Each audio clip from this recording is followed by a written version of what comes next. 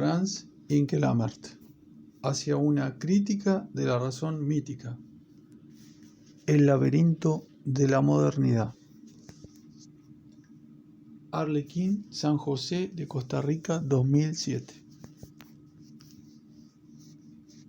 Contenido. Prólogo. Se abre el laberinto. Página 4. A manera de una introducción. Prometeo, el discernimiento de los dioses y la ética del sujeto. Reflexiones sobre un mito fundante de la modernidad. Página 8. Capítulo 1. La polarización fundamental en el cristianismo. Página 40. A. Mito y razón instrumental. Excurso. La crítica de la razón mítica. La constitución de la realidad por el criterio vida y muerte. B. Los inicios de los mitos de la modernidad en el cristianismo.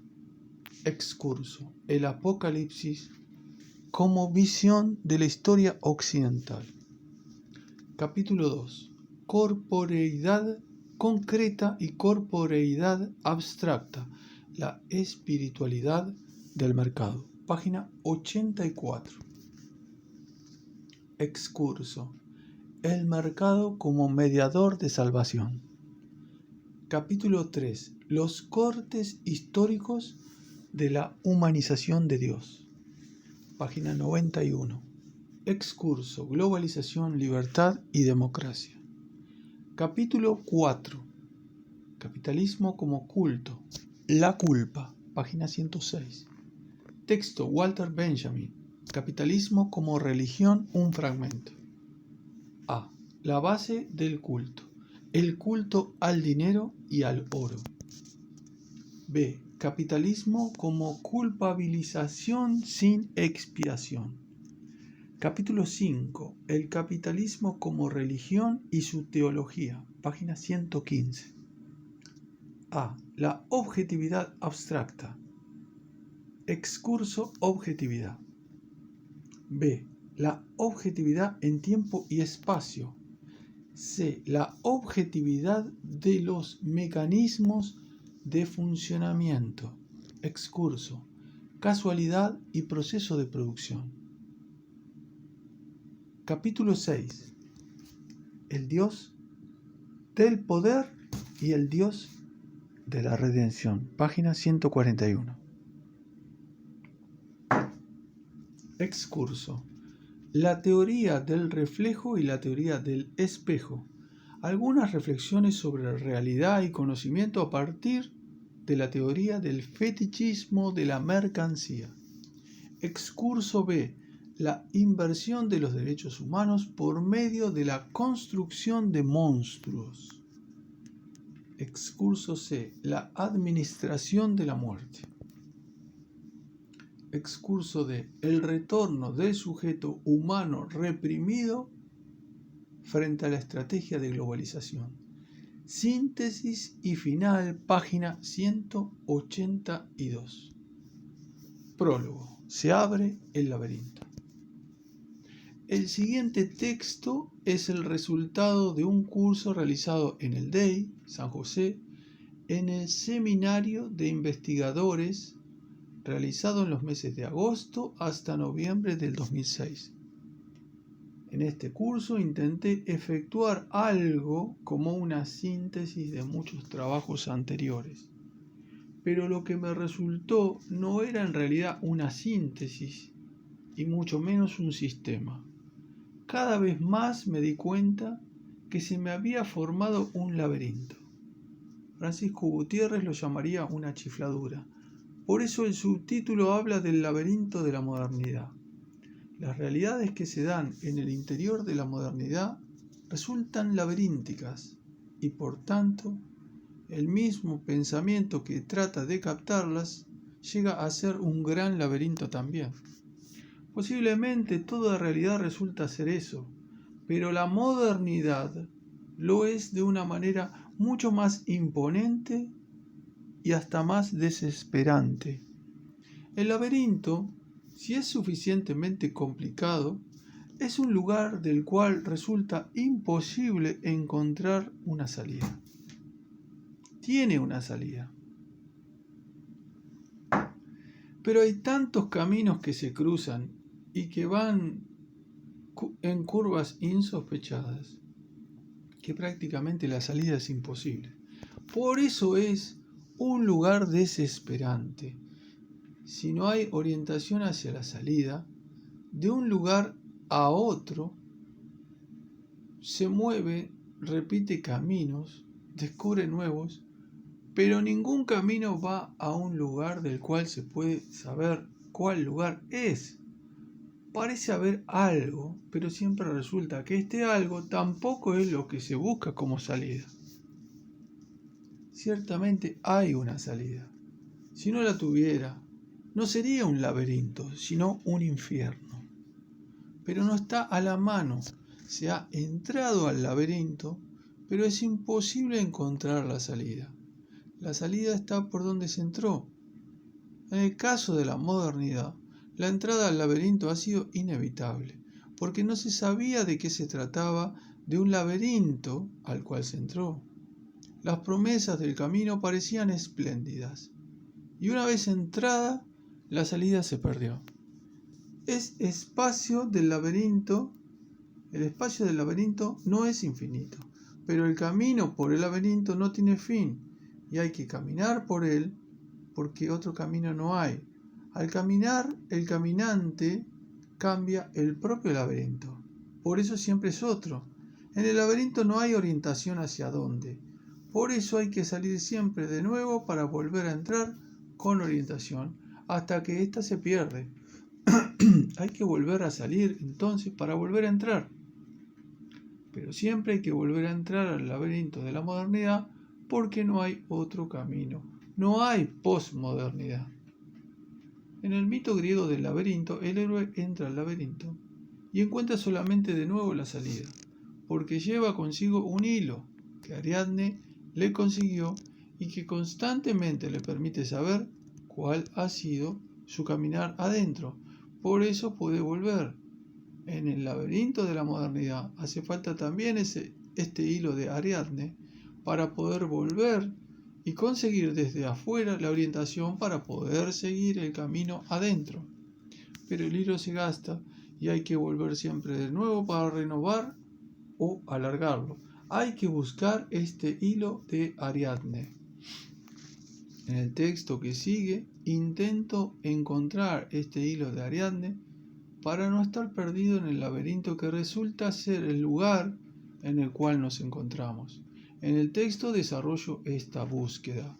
Encuentro el hilo en un hecho que marca la historia occidental y con el cual aparece lo que en el curso de la historia resulta ser la modernidad.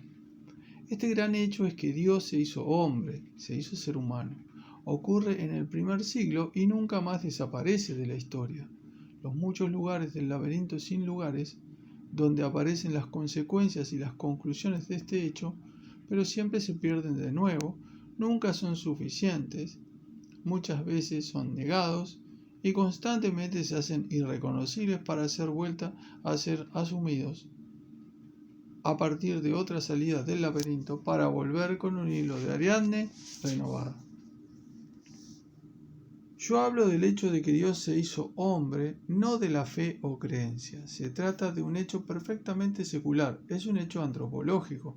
Efectivamente se trata de un hecho que podemos constatar.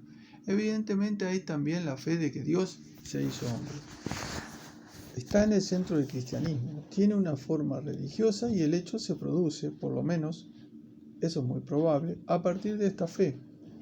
Pero va más allá de la fe, porque también según la fe Dios no se hizo cristiano, sino se hizo hombre, ser humano. La paradoja del mensaje cristiano es que Dios no se hizo cristiano, sino hombre. Desde el comienzo el mensaje cristiano va más allá de lo cristiano. El mensaje es humanizarse, no necesariamente cristianizarse. La secularización del cristianismo es parte del mismo cristianismo en su interior. El mensaje de humanizarse puede rebelarse en contra del mismo cristianismo instituido. Se le escapa al cristianismo constituido que Dios se hizo hombre, se transforma en un hecho secular antropológico. Eso está en la raíz de las herejías y el cristianismo es la religión de las herejías. El mismo Jesús es el hereje principal para el cristianismo constituido. Las grandes emancipaciones de la modernidad, la del individuo, la de los esclavos, la de la mujer y la de la clase obrera, nacen del hecho de que Dios se hizo hombre, ser humano, pero todas encontraron en el cristianismo constituido un enemigo férreo. El cristianismo produce las herejías para condenarlas después. Por eso, estas emancipaciones, que todavía están en curso, no son cristianas, pero surgen porque Dios se hizo hombre. A partir de esto se transforma en un hecho que penetra la sociedad entera y su cultura. Todo mundo mítico del occidente anterior se derrumba, pierde su sustancialidad y se transforma en un tesoro de sapienza. Los dioses ahora son dioses alegóricos. El mismo Dios Yahvé cambia. En el cristianismo es ahora un Dios del cual Irineo de León dice: Gloria Dei vivens homo. La gloria de Dios es el ser humano vivo. El mismo centro de Dios ahora es el ser humano y no al revés. El mismo Jesús dice: el reino de los cielos está entre ustedes. Ya no está en el cielo, sino es ahora la interioridad de la inmanencia, su exigencia, la humanización del mundo y de cada uno. Si vuelve a aparecer un cielo en el más allá, es extensión del cielo en el más acá, su trascendentalidad. Sartre puede ampliarlo sin la más mínima contradicción. El infierno, esos son los otros. También el infierno está entre nosotros. Sartre lo dice en el tiempo de hoy, en el cual el infierno parece prevalecer, pero escogemos si es en el cielo que está entre nosotros o el infierno. Nuestra sociedad escoge el infierno. Ya los padres de la Iglesia hablan del deber de fomentar el cielo en la tierra. Dios se hizo hombre, por eso mismo aparece ahora en todas las corrientes del pensamiento, en el epicureísmo, en el neoplatismo. Lo que ocurre en estos pensamientos presupone que Dios se ha hecho hombre, pero como hecho presente en la sociedad y su cultura, que cambió todos los parámetros de la vida humana. Eso es muy claro en el pensamiento de Kant. Cuando quiere hablar de Dios, concibe a Dios como postulado de la razón práctica. Es ahora un postulado a partir de la vida humana, independientemente si se comparte el resultado o no. Un Dios que se ha hecho hombre aparece con este aspecto y no puede ser una sustancia independiente del ser humano. Como se hizo hombre, es parte de la vida humana.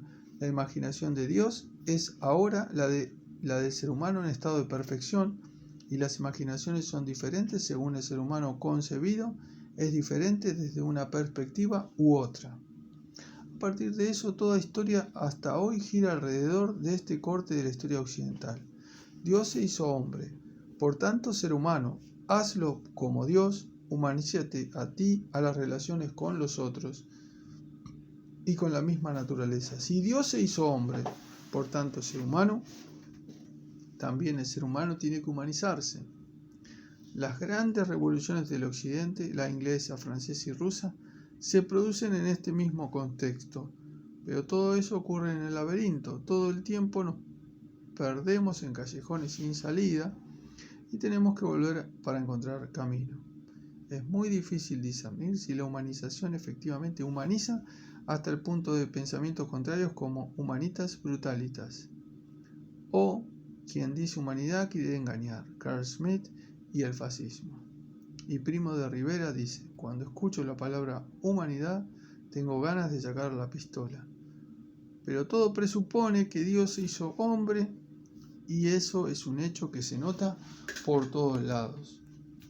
Es el hilo de Ariadne en el laberinto de la modernidad. El texto aquí presentado trata de mostrar el desarrollo del hecho de que Dios se hizo hombre y de sus consecuencias. Como introducción escogí un artículo con el título Prometeo, el discernimiento de los dioses y la ética del sujeto. Reflexiones sobre un mito fundante de la modernidad. Este artículo apareció por primera vez en la revista de Pasos del DEI, Costa Rica, en marzo del 2005. Aquí está revisado y ampliado. A esta introducción siguen los 6 capítulos del libro. El primero presenta un análisis del cristianismo de los primeros siglos en términos de su polarización inicial, estableciendo 2 polos en conflicto que se presentan más bien en términos de tipo ideales.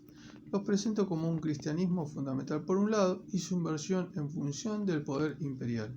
Espero que se reconoce con facilidad que estos polos siguen vigentes hasta hoy a pesar de todas sus secularizaciones y transformaciones.